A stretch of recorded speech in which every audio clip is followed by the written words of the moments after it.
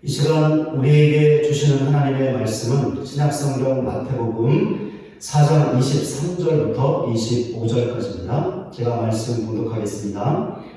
예수께서 온 갈릴리에 두루 다니사 그들의 회당에서 가르치시며 천국 복음을 전파하시며 백성 중에 모든 병과 모든 약한 것을 고치시니 그의 소문이 온 수리아에 퍼진지라.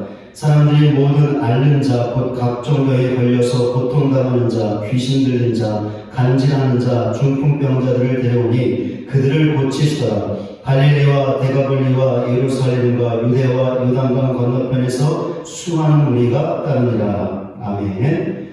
옆에 있는 분들과 함께 사랑의 인사 나누겠습니다. 오늘도 은혜 많이 받으세요. 같이 함께 고백하며 사랑의 인사 나누겠습니다. 오늘도 은혜 많이 받으세요. 아멘. 지난번에 먼 산에서 있었던 영적 부흥운동에 관해서 말씀을 드렸는데요. 그 운동의 계기가 되었던 것이 작은 기도 모임에서 있었던 하디 선교사의 회심이었다고 말씀을 드렸습니다. 그런데 원산 부흥운동이 다른 지역의 영적 부흥운동에도 영향을 주었습니다. 1907년도에 평양에서 일어난 영적 대부흥운동이 바로 그것이었습니다. 평양 대부흥운동의 계기가 있었는데 평양 장대원교회에서 2주 동안 열렸던 사경회였습니다. 사경회는 성경 공부와 기도에 주력하는 집회였는데 사경회에 참석했던 많은 신자들이 큰 은혜를 받았습니다. 그 결과 자기들의 죄를 깨닫고 그 죄를 철저하게 회개하는 영적 대각성이 일어났습니다. 신자들의 이런 모습을 현장에서 직접 경험했던 그레함 리 선교사는 다음과 같은 기록을 남겼습니다. 한 사람씩 일어나서 자신의 죄를 고백하고 꼬꾸라져 울었다. 그리고 나서 바닥에 엎드려 죄인이라는 완전한 고통 속에서 주먹으로 바닥을 쳤다. 나의 요리사는 회개를 하려고 했으며 그 가운데 서서 거꾸러져 방 건너에 있는 나에게 소리를 쳤다. 목사님, 나에게도 희망이 있는지 용서받을 수 있는지 말씀해 주십시오. 그리고 나서 바닥에 엎드려 울고 또 울며 고통 중에 부르짖었다. 때때로 회개 고백 후에 모든 회중이 통성 기도를 했다. 수백 명의 회중이 통성 기도를 한 효과는 무엇라고 표현할 수 없는 것이었다.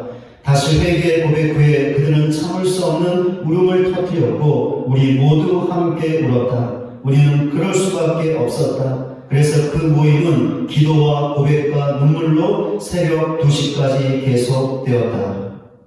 이처럼 평양 대부흥 운동은 신자들의 철저한 회개를 통한 영적 대각성 운동이었습니다. 이것은 자연스럽게 신자들의 영적인 변화와 부흥으로 이어졌습니다.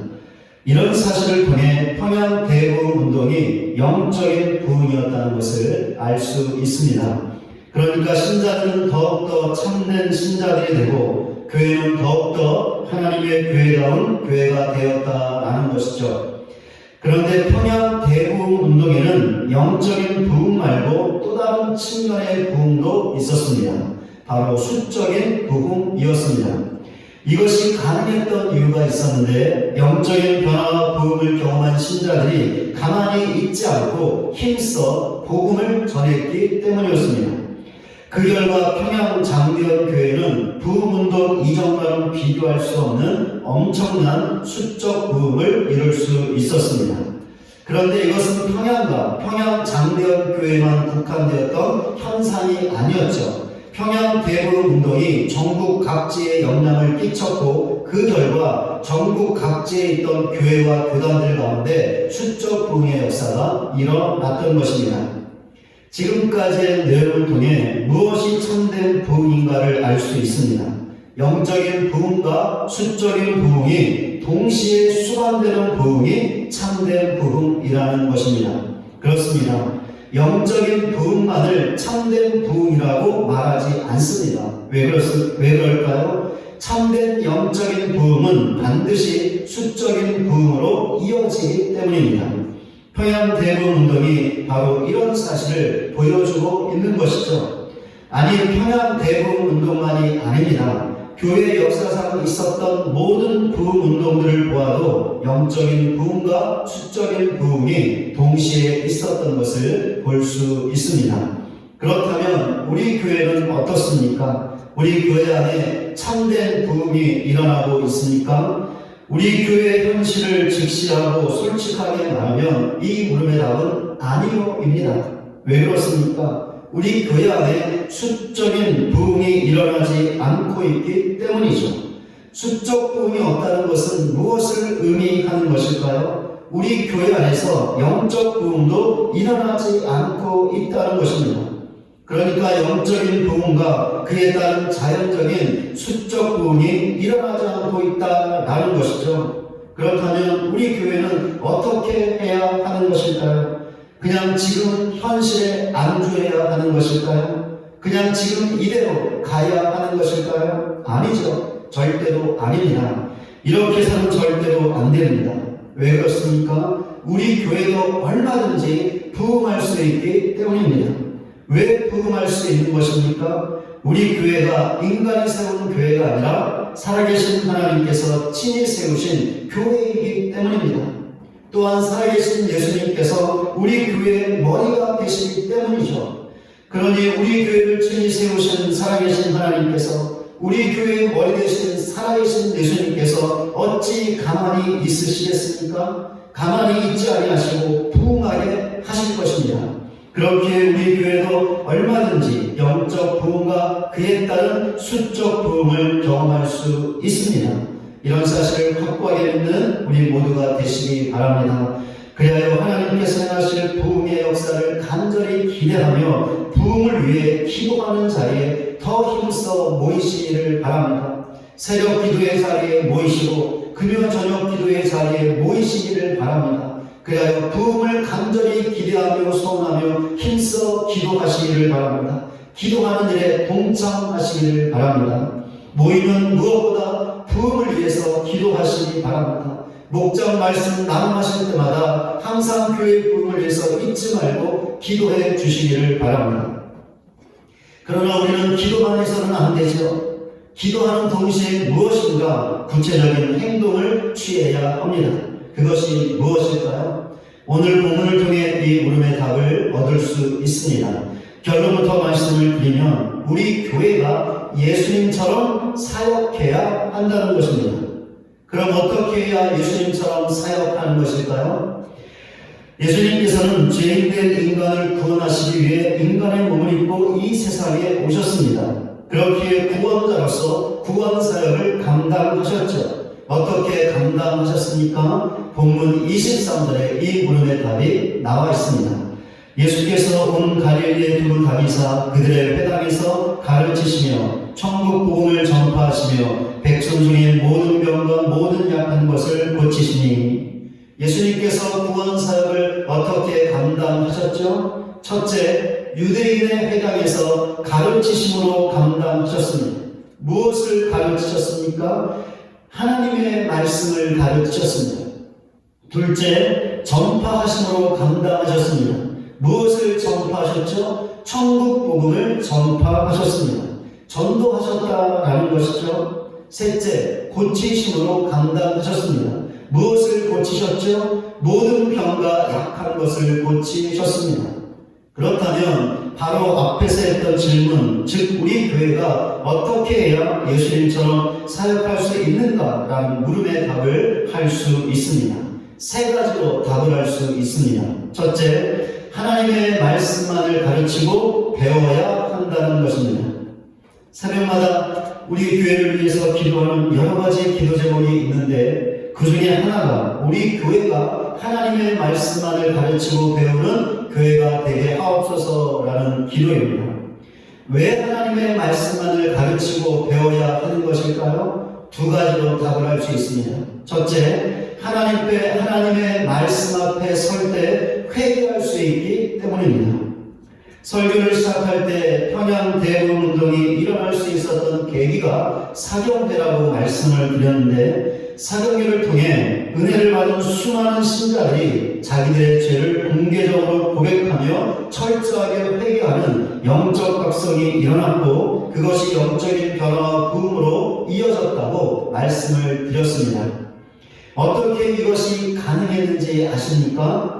사경회 가운데 선포되었던 하나님의 말씀 때문에 가능했습니다. 평양 대부흥 운동의 주역이라고 할 수 있는 길선주 목사님은 맛을 잃은 말라빠진 사람들아 라는 제목으로 하나님의 말씀을 선포했습니다. 박일영 선교사님은 고린도전서 12장 27절을 본문으로 이제 너희는 그리스도의 몸이요 지체의 각 부분이라는 주제로 하나님의 말씀을 선포했습니다. 박일영 선교사님이 이런 설교를 했던 이유가 있었는데, 만일 한 지체가 고통을 받으면 모든 지체도 고통을 받는다라는 사실을 통해 교회의 다른 지체의 마음을 상하게 하는 미움이 전 교회에 상처를 줄 뿐만이 아니라 교회의 머리 대신 예수님에게도 고통을 준다는 사실을 신자들에게 보여주려고 했기 때문이었습니다. 이렇게 목사님들과 선교사님들을 통해 선포된 하나님의 말씀을 통해 사경회에 참석했던 신자들은 죄에 대하여 새롭게 깨닫게 되었고 자각하게 되었죠. 뿐만 아니라 선포되는 하나님의 말씀들이 자기들의 죄를 지적하는 것으로 여기게 되었습니다. 그러자 신자들은 도저히 가만히 있을 수 없었는데 통곡의 눈물을 흘리며 회개하는 역사들이 일어났던 것입니다. 그리하여 그 회개가 신자들의 영적인 변화와 부흥으로 이어진 것이었습니다. 어떻게 이런 일이 가능했던 것일까요? 히브리서 4장 12절과 13절입니다. 하나님의 말씀은 살아있고 활력이 있어 좌우의 날선 어떤 검보다도 예리하여 혼과 영과 및 관절과 구슬을 찔러 쪼개기까지 하며 또 마음의 생각과 뜻을 판단하니 지으신 것이 하나도 그 앞에 나타나지 않으니없고 우리의 결산을 받으실 이의 눈앞에 만물이 벌거벗은 것 같이 드러나느니라. 하나님의 말씀은 살아있고 활력이 있습니다. 그렇게 어떤 검보다도 예리하여 우리의 혼과 영과 및 관절과 골수를 찔러 쪼갭니다. 또한 우리의 마음과 생각과 뜻을 판단합니다. 그러니 우리가 하나님의 말씀 앞에 서면 어떤 일이 일어나는 것입니까? 우리의 모든 것이 벌거벗은 것 같이 드러나는 것입니다. 그러니까 나의 죄를 깨닫고 내가 얼마나 끔찍한 죄인인가를 뼈저리게 자각하게 된다는 것이죠. 이럴 때 우리에게 어떤 일이 벌어지는 것입니까? 우리 자신의 마음을 찢으며 통곡의 눈물을 흘리며 회개하게 되는 것이죠. 바로 이것이 하나님의 말씀의 능력입니다. 세상의 타락한 가치관과 가르침으로는 나의 죄를 깨달을 수 없고 자각할 수 없습니다. 아니, 오히려 그 반대이죠. 나의 죄를 깨닫고 자각하는 것이 아니라 오히려 나의 죄를 합리화시키고 정당화시키는 것입니다.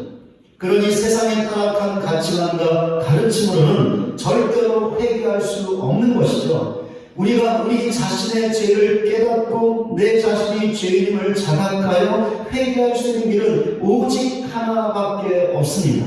우리를 찔러 쪼개며 우리의 마음과 생각을 판단하여 우리의 모든 것을 벌거벗은 것 같이 드러내는 하나님의 말씀 앞에 서는 것입니다. 이럴 때에만 회개할 수 있고 그 회개가 영적인 변화와 부흥으로 이어질 수 있는 것입니다. 우리 교회가 하나님의 말씀만을 가르치고 배워가는 두 번째 이유입니다. 하나님의 말씀을 통해서만 영적 성숙을 이룰 수 있기 때문입니다. 우리는 예수 믿고 구원받은 믿음의 사람들입니다.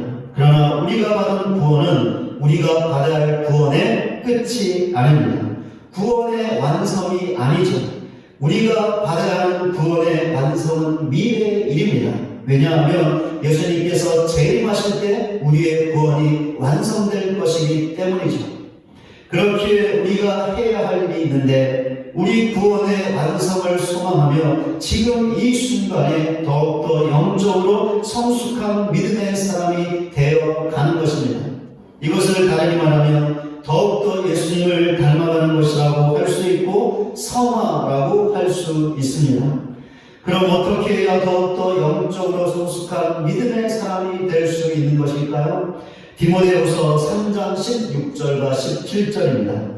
모든 성경은 하나님의 감동으로 된 것으로 교훈과 책망과 바르게 함과 의로 교육하기에 유익하니 이는 하나님의 사랑으로 온전하게 하며 모든 선한 일을 행할 능력을 갖추게 하려 함이라.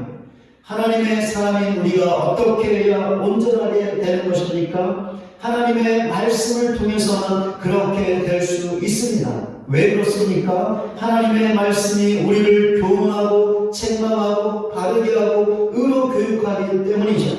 한마디로 하나님의 말씀이 우리를 더욱더 영적으로 성숙하게 한다라는 것입니다. 앞에서 회개를 살펴볼 때 보았던 것처럼 세상의 타락한 가치관과 가르침으로는 우리가 영적으로 성숙할 수 없습니다. 아니, 오히려 그 반대인데 영적으로 성숙해지는 것이 아니라 오히려 영적으로 타락하게 됩니다. 그렇기에 우리가 영적으로 성숙할 수 있는 길은 오직 하나뿐입니다. 우리를 교훈하고 책망하고 바르게 하고 의로 교육하는 하나님의 말씀 앞에 서는 것입니다. 그럴 때만 우리가 더욱더 영적으로 성숙할 수 있습니다. 무엇이 참된 영적 부흥일까요? 우리가 내 자신의 죄를 깨닫고 자각하여 통곡하며 회개하는 것입니다. 또한 그 회개가 영적인 변화와 부흥으로 이어지는 것인데 내 자신이 더욱더 영적으로 성숙해지는 것입니다. 날마다 예수님을 닮아가는 것입니다. 그리하여 우리 자신이 하나님을 믿는 참된 성도답게 되는 것이고 우리 교회가 하나님을 섬기는 참된 교회답게 되는 것입니다. 이 모든 것이 무엇으로 가능한 것입니까? 하나님의 말씀으로만 되는 것입니다. 그렇기 때문에 우리 교회가 예수님처럼 하나님의 말씀만을 가르치고 배워야 하는 것입니다. 이런 사실을 확고하게 믿는 우리 모두가 되시기 바랍니다. 그리하여 더욱 힘써 예수님처럼 하나님의 말씀을 가르치고 배우고 진정한 회개와 영적인 성숙을 이루어가는 저와 여러분 모두가 되시기를 주님의 이름으로 간절히 소원합니다. 우리 교회가 어떻게 해야 예수님처럼 사역할 수 있을까요? 두 번째 답입니다. 천국 복음을 전해야 하는 것입니다. 예수님께서는 두루 다니시며 천국 복음을 전파하셨습니다. 전도하셨다는 것이죠. 왜 예수님께서 이렇게 하셨던 것일까요? 왜냐하면 이 세상에 오신 목적이 전도이기 때문입니다. 그러니 우리 교회가 어떻게 해야 예수님처럼 사역할 수 있는 것일까요? 예수님처럼 천국 복음을 전파해야 하는 것입니다. 우리는 하나님 말씀 앞에 서서 회개해야 합니다. 또한 하나님의 말씀으로 영적인 성숙을 이루어 가야 합니다. 그러나 이것만 해서는 안 됩니다. 그러니까 우리만 잘 믿고 우리만 구원받아 우리만 천국 가서는 안 된다라는 것입니다. 왜 그렇습니까? 아직까지도 예수님을 믿지 않고 있는 불신 영혼들이 많이 있기 때문이죠. 그렇게 우리가 그들에게 천국 복음을 전파해서 그들도 구원받아 우리와 함께 천국으로 갈 수 있게 해야 하는 것입니다. 물론 우리가 천국 복음을 전할 때 모든 사람들이 그 복음을 듣고 회개하여 예수님을 믿는 것은 아닙니다. 아마 수많은 사람들이 우리가 전하는 복음을 거부할 것입니다. 그러나 그 중에는 분명히 우리가 전하는 천국 복음을 듣고 회개하여 예수님을 믿을 사람이 있습니다. 구원받을 사람이 반드시 있다는 것이죠. 그렇기에 우리 교회가 예수님처럼 천국 복음을 전해야 하는 것입니다. 이런 사실을 분명하게 알고 예수님처럼 천국 복음을 전파하는 우리 모두가 되시기 바랍니다. 그리하여 불신 영혼들을 구원의 길로 이끌 수 있는 저와 여러분 모두가 되시기를 주님의 이름으로 간절히 소원합니다. 우리 교회가 어떻게 해야 예수님처럼 사역할 수 있을까요? 세 번째 답입니다. 병자들을 고치는 사역을 하는 것입니다. 본문 24절에 나와 있는 것처럼 사람들이 예수님에게 각종 병에 걸려서 고통당하는 자들과 귀신 들린 자들과 간질하는 자들과 중풍병자들을 데리고 왔습니다. 왜 사람들이 이렇게 했던 것일까요? 예수님께서 모든 병과 약한 것을 고쳐주셨기 때문이었습니다. 그러니 우리 교회가 어떻게 해야 예수님처럼 사역할 수 있는 것일까요? 병자들을 고쳐주어야 하는 것입니다. 병자들을 고치는 것은 하나님께서 주시는 영적인 은사입니다. 그렇게 치유의 은사를 받은 사람은 기도함으로 병자들을 고칠 수 있습니다. 그러나 이런 경우에만 병자들을 고칠 수 있는 것이 아닙니다. 또 다른 경우를 통해서도 병자들이 고침받을 수 있습니다. 야고보서 5장 15절과 16절입니다. 믿음의 기도는 병든 자를 구원하리니 주께서 그를 일으키시리라. 혹시 죄를 범하였을지라도 사하심을 받으리라. 그러므로 너희 죄를 서로 고백하며 병이 낫기를 위하여 서로 기도하라. 의인의 강구는 역사하는 힘이 큼이니라.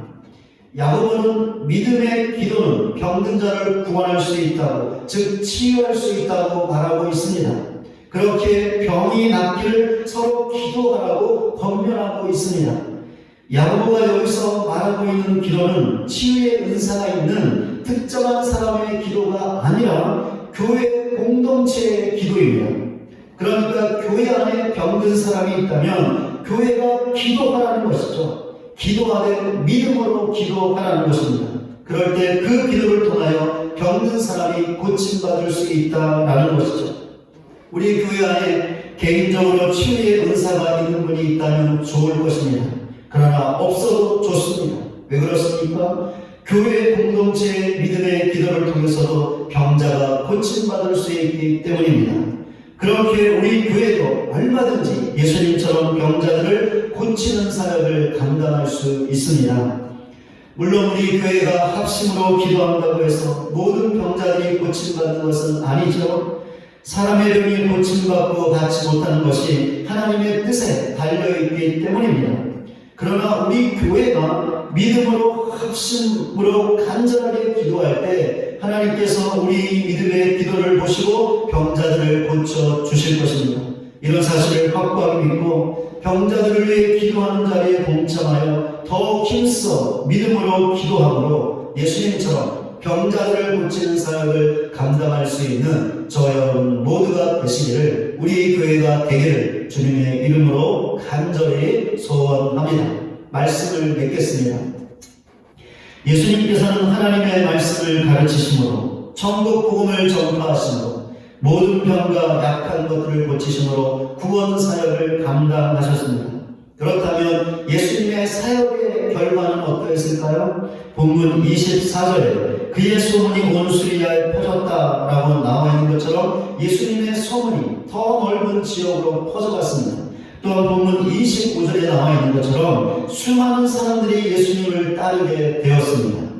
물론 예수님을 따르던 수많은 사람들 중에는 단순히 병에서 고침받기 위해 그렇게 했던 사람들이 많이 있었을 것입니다. 그러나 그와 반대로 예수님께서 가르치시고 전파하신 하나님의 말씀과 천국 복음을 듣고 자기 자신이 죄인임을 깨닫고 회개하여 믿음으로 신실하게 예수님을 따랐던 사람들도 많이 있었을 것입니다.